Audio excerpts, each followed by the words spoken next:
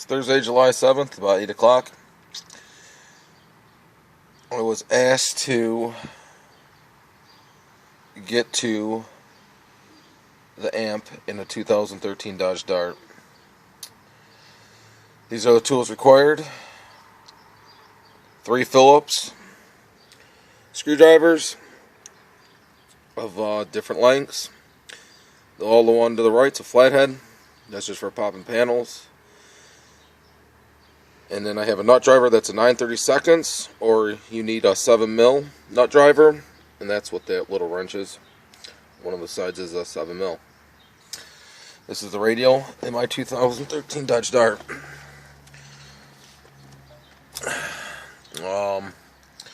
It's not the Alpine. It's 6 speakers, 2 in the dash, 1 in each door. I have replaced the door speakers already. The screen is just the screen. I will show you that later.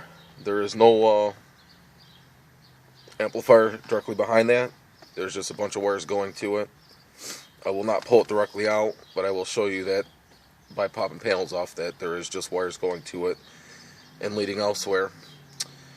But first things first, you have to go to the side here, pop this off. We're going to open here. You have 2 screws on top, one to the right below the vent, and then there's another one all the way to the left. And when you do that,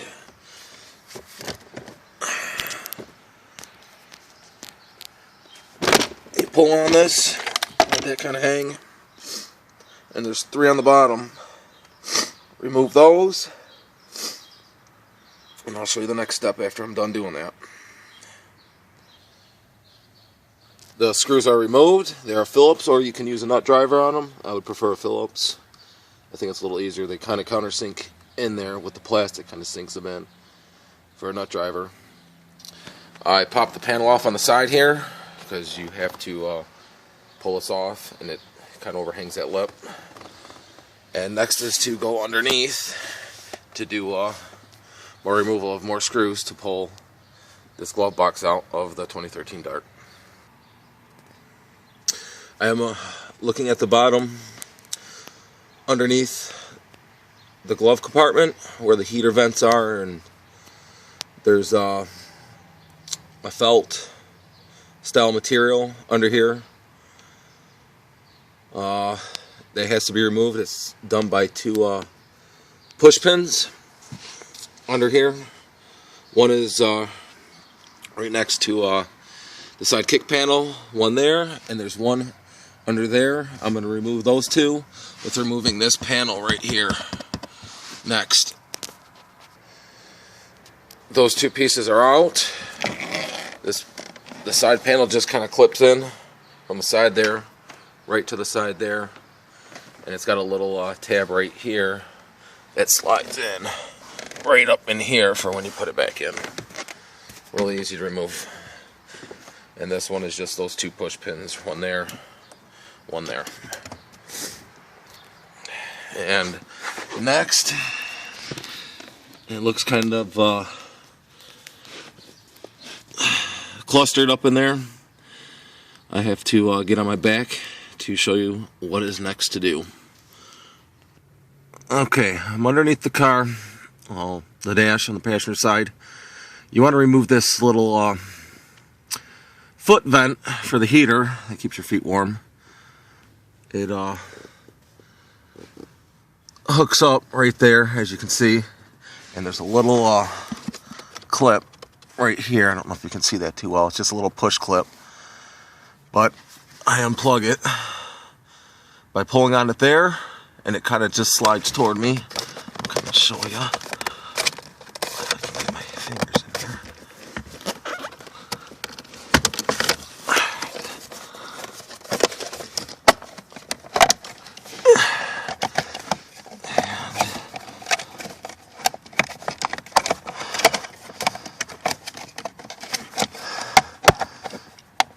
Disconnected and kind of pulling. It's a little bit tough.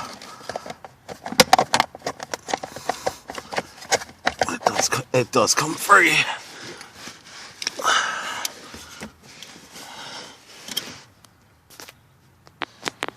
Okay, I got the heater vent off. That's so you can access some more screws. There's your little push clip and heater vent.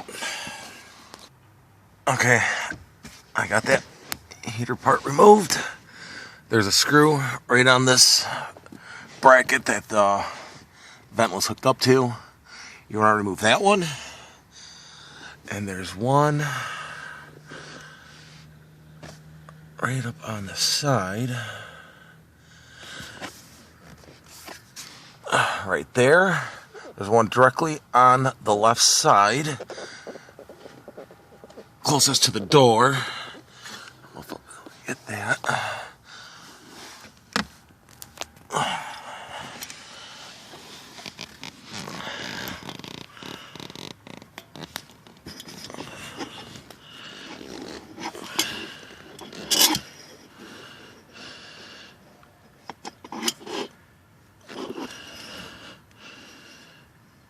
It's hidden.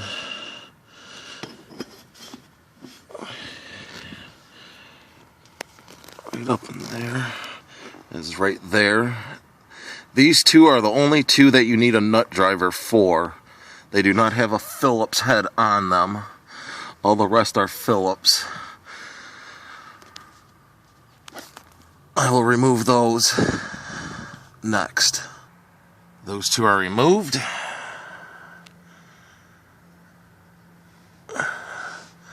It's hard with this light to see, but the two are removed. There we go. And next is this. This is a Phillips, or you could use a nut driver. I use a longer Phillips. You have to take this plug off, this brown plug. The way I do that is it clips and slides. I just kind of push it to the side to pop it from its housing and just set it aside. I don't know exactly what it's used for, so that I can get a screwdriver because it's on an angle. I will remove that screw next. That screw is removed. I will end up popping this back in there for now, so nothing happens to it. Next, there's a screw right where my finger is above. This just has another push clip, another wire thing, and the other screw is located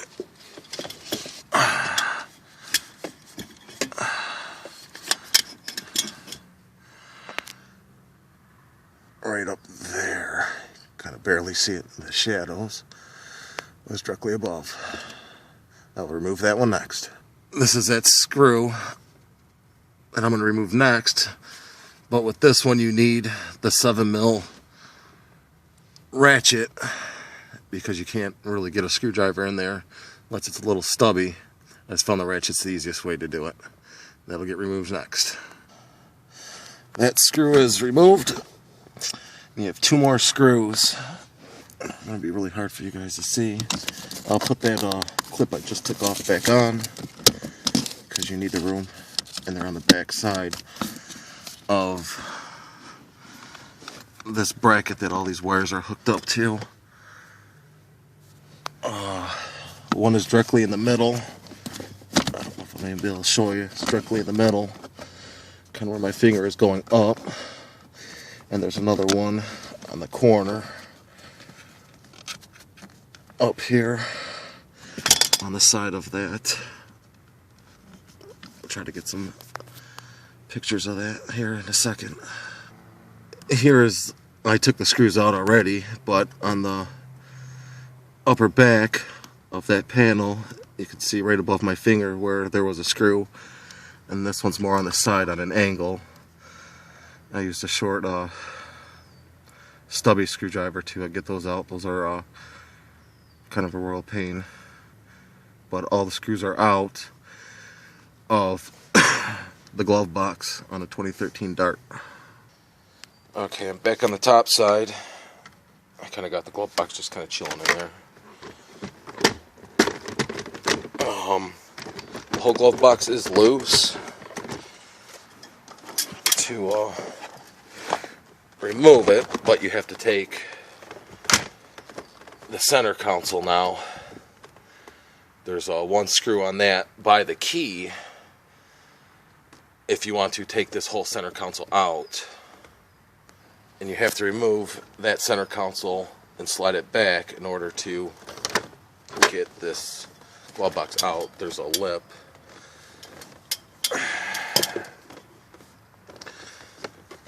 That this slides into. Get that out. I don't believe you can get it out from the bottom. I just pushed and pulled on it, pushed on the bottom, and the whole glove box is able to be removed. You have to be careful for this little lip down here. Kind of tucks up in, so make sure you pull that down a little bit, not too hard not to break it, because that's what your felt piece hooks up to. It's more of a dead silencer for that. Just pull this out, and that's your 2013 Dodge Dart glove box removal. Up inside is the amplifier. It's located directly above it. That silver box has 4 screws on it. You can kind of see on the corners of it. Here, here, and 2 directly on the other side.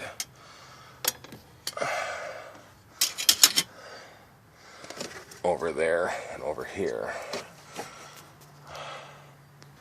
I got the screws out. You can use Phillips or a nut driver. I use a nut driver on 3 of them, and my ratchet on 1 of them, closest to me.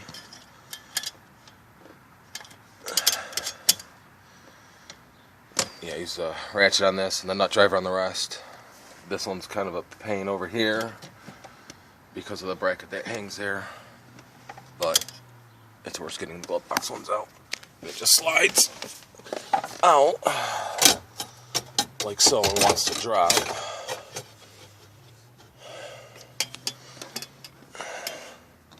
Just trying to get a good angle of light.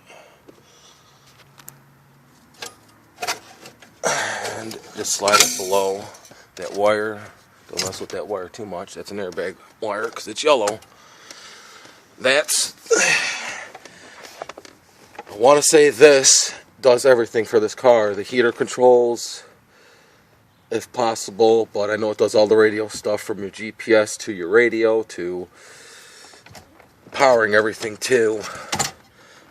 This does not slide out very far. The wire is pretty short. This is about as far as it goes. It'll hang there by itself. It's going to be kind of hard for me to get some really good pics on the back of this. I'll do the best I can do.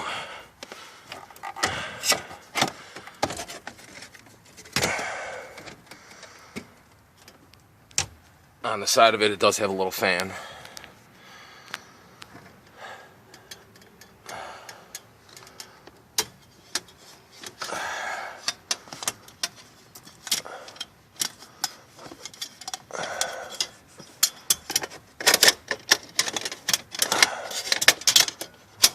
Try to slide this light. Pardon me for a second.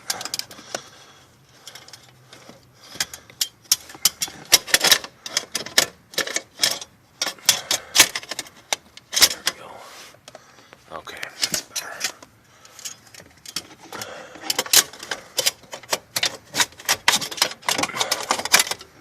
Alright. From what I can see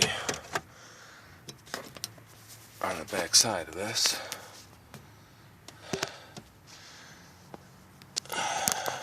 is I have a black plug on the top left looking at this box. There's a port that is not used. This is a square style plug.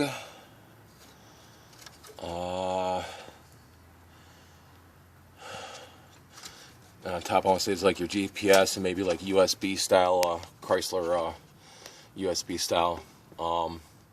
There's that yellow one back there. I don't know what that's for.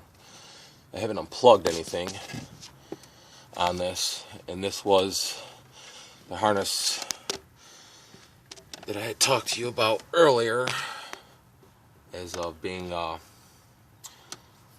same style as a 2003 Dodge Neon, or probably Chrysler products of that era that still use the regular style radios. And the bottom is, I want to say that is the antenna. Yes, that is the antenna. But the port sitting right next to the right of this plug is the same exact plug that something else could plug into. That's that for the amplifier on the 2013 Dart. I'm going to try to show you the back of the radio here of the actual LED display, the display stuff. Where that white plug is going up there, that is just the display unit, as you see all those wires going to it too. From what I've seen on eBay, that's the only thing that plugs into these. So there is no amplifier on the back of the display of this radio in this car. And that's about it for where all the radio stuff is on a 2013 Dart. This does not have the Alpine system in it either, but that shouldn't matter, as we discussed earlier. Just trying to give you a better look of these plugs.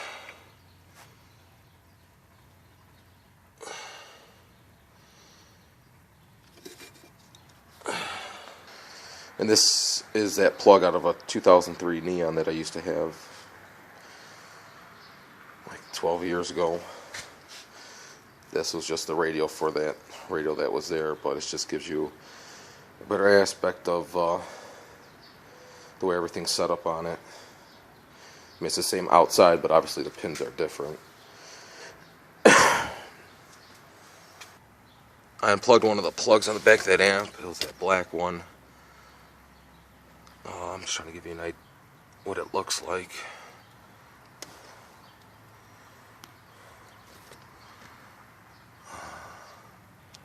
I'm going to try to give you a better visual of just the back of that radio in general. Do it this way. Sorry if it's slipping upside down everywhere. Just trying to give you an idea of what some of these plugs and all this stuff look like. I can't see exactly what's being displayed on the screen, so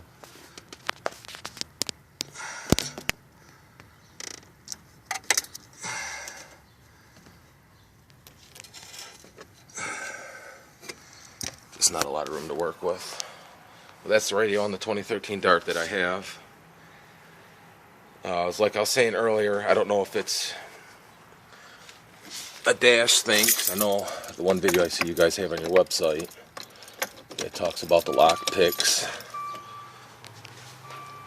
with going through scrolling through the menu.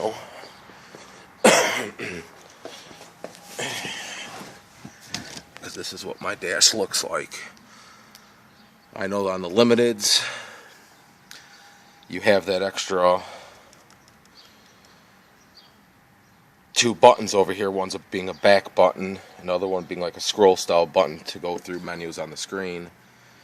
And I know that's offered on the limiteds on the Dodge Dart, and it's not offered on I think anything but the limiteds. You have to get the limited to get that dash. And I want to say that dash is the same in the Dodge Rams. My dad has a Dodge Ram, and I believe it's kind of the same way of how it scrolls through in the middle of the dash with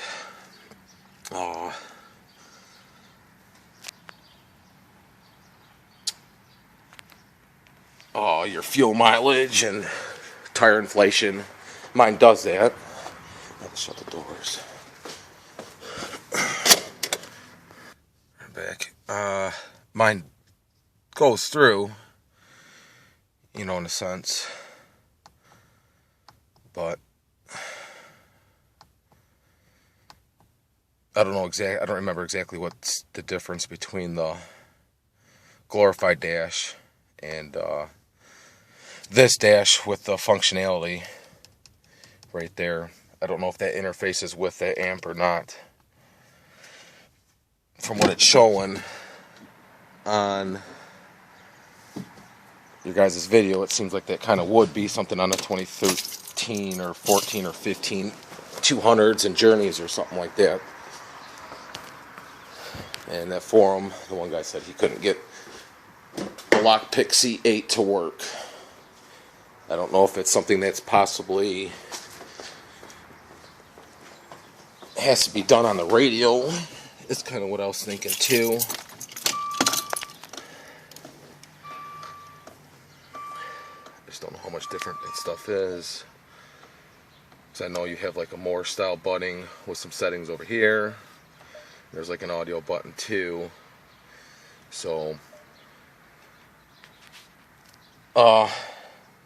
that's it. And to put the glove box back in to do the amp, you just reverse putting it all back in.